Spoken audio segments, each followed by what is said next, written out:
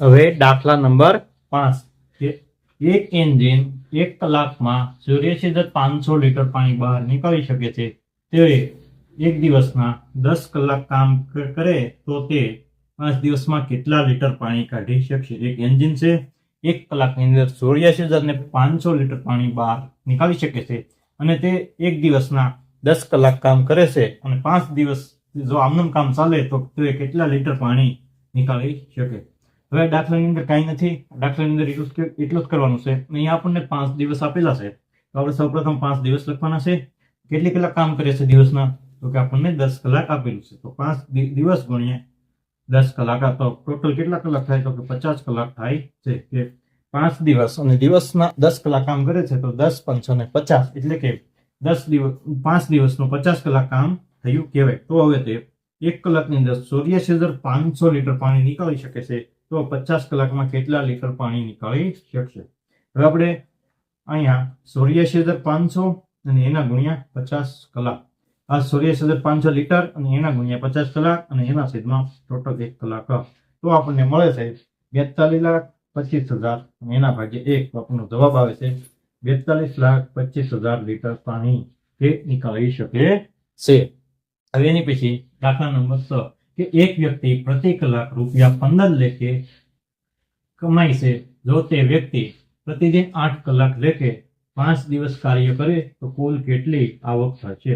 આ દાખલો થોડો અટપટો છે કે એક વ્યક્તિ જે છે પ્રતિ કલાક ₹15 લેખે કમાય છે.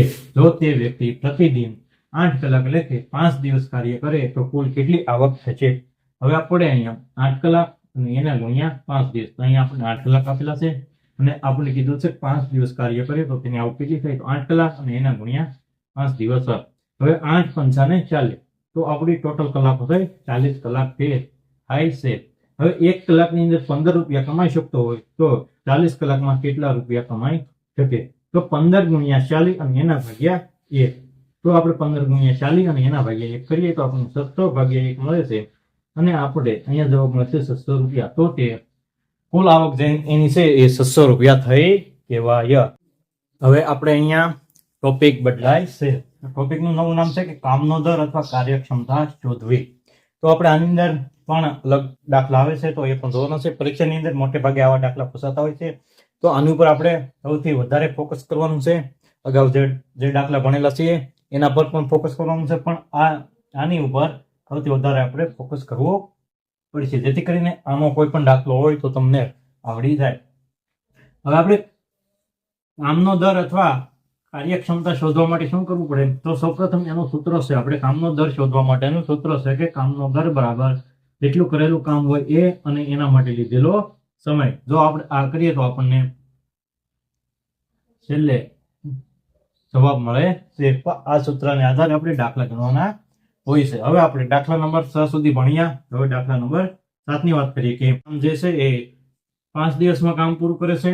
મોહન જે છે 10 દિવસમાં કામ પૂરું કરે છે. તો બંને સાથે મળીને 3 ગણું કામ કેટલા દિવસમાં પૂર્ણ થશે અથવા કરી શકશે? તો એ આપણે જવાબ મેળવવાનો છે કે રામ જે છે 5 દિવસમાં કામ પૂરું કરે છે, મોહન જે છે 10 દિવસમાં કામ પૂરું કરે છે. તો બંને સાથે મળીને 3 ગણું કામ કેટલા દિવસમાં પૂરું કરી શકશે? તો એ માટે આપણે ઉકેલ લાવવાનો છે. હવે આપણે સૌપ્રથમ અહીંયા કામનો દર આપેલો છે એટલે આપણે કે કરેલું કામ અને એના માટે લીધેલો સમય. આપણે કરેલ કામની અંદર કંઈ પણ ન હોય તો એક તો ફરજિયાત હોય. તો એક તો ફરજિયાત લખવાના છે. હવે આપણે અહીંયા રામની પેલા વિગત લઈએ કે રામ બરાબર 1/5 કામ. એક શું છે? તો કે આપણે કરેલું કામ. કંઈ પણ ન હોય તો એક તો હોય અને 5 શું છે? તો આપણને અહીંયા આપેલા છે 5 દિવસ. તો 5 જે છે એ આપણા દિવસ છે અને મોહનનું જે કામ છે એ કામ એનું 1 છે અને એના માટે લીધેલો સમય તો કે 10. 1/10. હવે આપણે અહીંયા શું કીધું? બંને સાથે મળીને. હવે આપણે બંનેને ભેગા કરવાના છે. તો ભેગા કરવાના કીધા તો આપણે આવે સરવાળો. તો 1/5 કામ પ્લસ 1/10. હવે અહીંયા જોવાનું છે કે અહીંયા આપણે છેદ સરખા દેખાતા નથી. અહીંયા 5 છે ને અહીંયા 10 છે. ઉપર સરખા છે તો નીચે પણ સરખા કરવા પડે. તો છેદ સરખા કરવા માટે આપણે લસા લેવો પડે. તો છેદ સરખા કરવા માટે અતિ ઇમ્પોર્ટન્ટ વાત છે કે છેદ સરખા કરવા માટે લસા લેવો પડે. જો તમે લસા નહીં લો તો તમારો જવાબ આવશે નહીં. હવે આપણે છેદ સરખા કરવા માટે અહીંયા જે મોટું હોય એને આપણે પકડવાનું છે. તો હવે અહીંયા આપણને 10 આપેલા છે, તો અહીંયા 10 કરવા માટે કેટલા વડે ગુણાકાર કરવો પડે? તો 5 ગુણ્યા 10. 5 ગુણ્યા 2 કરીએ તો આપણને 10 મળે છે, અને અહીંયા ઓલરેડી 10 છે, તો 10 ગુણ્યા 1 તો 10.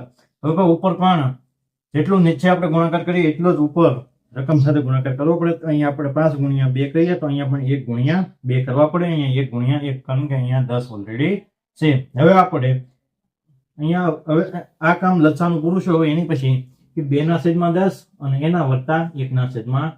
તો આપણને લચ્છા લેતા છેદ સરખા થઈ ગયા છે. તો હવે આપણે આમાં કંઈ કરવાનું નથી. હવે આપણે આનો સરવાળો કરવાનો છે. અહીંયા છેદ સરખા છે એટલા માટે અહીંયા 10 જ રહેશે. તો 2 + 1 તો અહીંયા 3/10. હજી આપણો દાખલો પૂરો થયો નથી. અહીંયા હજી આપણે અહીંયા કીધું છે કે 3 ગણું કામ કેટલા દિવસમાં પૂર્ણ થશે. તો હવે આપણે 3/10 કામ જે છે એ 1 દિવસમાં પૂર્ણ થાય છે. તો 3 ગણું કામ એટલે કે 3 કામ કેટલા દિવસમાં પૂરા થશે? હવે આપણે અહીંયા 3 ગુણ્યા 10 અને એના ભાગ્યા 3. તો અહીંયાથી 3 જાય છે, તો ભાગ્યા 10. તો જે 3 ગણું કામ છે રામ અને મોહન 10 દિવસની અંદર પૂર્ણ કરી શકશે. હવે દાખલા નંબર 8 અને આ પ્રકરણનો છેલ્લો દાખલો આપણે જોઈ લઈએ. તો કે કામનો દર અને કાર્યક્ષમતાની અંદર આપણે એક દાખલો જોઈએ અને એના વગરનો આ એક દાખલો 8મો. તો કે a + b કોઈ એક કામ 6 દિવસમાં પૂર્ણ કરે છે, b + c કોઈ એક કામ 12 દિવસમાં પૂર્ણ કરે છે, અને c + a કોઈ એક કામ 24 દિવસમાં પૂર્ણ કરે છે. તો a + b + c ત્રણેય એક સાથે આ કામ કેટલા દિવસમાં પૂર્ણ કરી શકે છે? હવે આપણે સૌપ્રથમ લચ્છા લેવો પડે છેદ સરખામણી કરવા માટે. તો a + b, b + c અને c + a લખી દેવાના છે. હવે અહીંયા આપણને 6 દિવસ તો 6 લખી દેવાના છે, એની પછી 12 દિવસ તો અહીંયા 12 લખી દેવાના છે, અને એની પછી 24 તો આપણે 24 દિવસ લખી દેવાના છે. હવે આપણે લેવો પડે લચ્છા. તો આ સંખ્યાની અંદર 24 જે છે એ મોટી સંખ્યા છે, તો આ બંનેની અંદર 24 આવી જાય છે. તો કે હા, તો એનો લચ્છા આ છે. તો 6 ગુણ્યા 4 કરીએ તો 24 આવે, 12 ગુણ્યા 2 કરીએ તો 24 આવે, અને 24 ગુણ્યા 1 કરીએ તો આપણને 24 મળે છે. તો આવી રીતના ત્રણેયનો લચ્છા 24 થાય છે. હવે આપણે આનો સરવાળો કરવો પડે. તો 4 ને 2 6 ને 1 7, તો આપણા કામ મળી જાય 7, અને લચ્છા કેટલો છે? તો કે 24. તો 7/24 કામ થયા. હવે આપણે કે 7/24 અને આ 1/2, તો a b + c ત્રણેયનું કામ, તો આપણને 1/2 કામ આપેલા છે. તો હવે આપણે 7/24 અને એના ગુણ્યા 1/2, તો 7 × 7, 24 ગુણ્યા 2 કરીએ તો 48, તો 7/48 આપણા કામ મળે છે. હવે આને આપણે પરફેક્ટ કામ શોધવા માટે 48 અને એના છેદમાં 7 લખવા પડે, જેથી કરીને આપણો જવાબમાં કોઈ પણ પ્રકારનો ફેરફાર ના થાય અને સીધો જવાબ મળી જાય. હવે 48/7 અહીંયા ડાયરેક્ટ ચાલે નહીં. તો સૌ પ્રથમ આપણે આને અપૂર્ણાંકમાં ફેરવવું પડે. હવે આને અપૂર્ણાંકમાં ફેરવવા માટે શું કરવું પડે? તો અહીંયા 48 છે અને નીચે 7 છે. હવે આપણે એ જોવાનું છે કે 48 થી નજીકની સંખ્યા હાથના ઘડિયામાં ક્યાં આવે છે? તો કે આપણને ખબર છે કે 7 ગુણ્યા 6 કરીએ તો આપણને મળે છે 42. હવે આપણે 7 + 42 અને એના ગુણ્યા કેટલા કરીએ, એના પ્લસ કેટલા કરીએ તો 48 મળે? તો કે 6.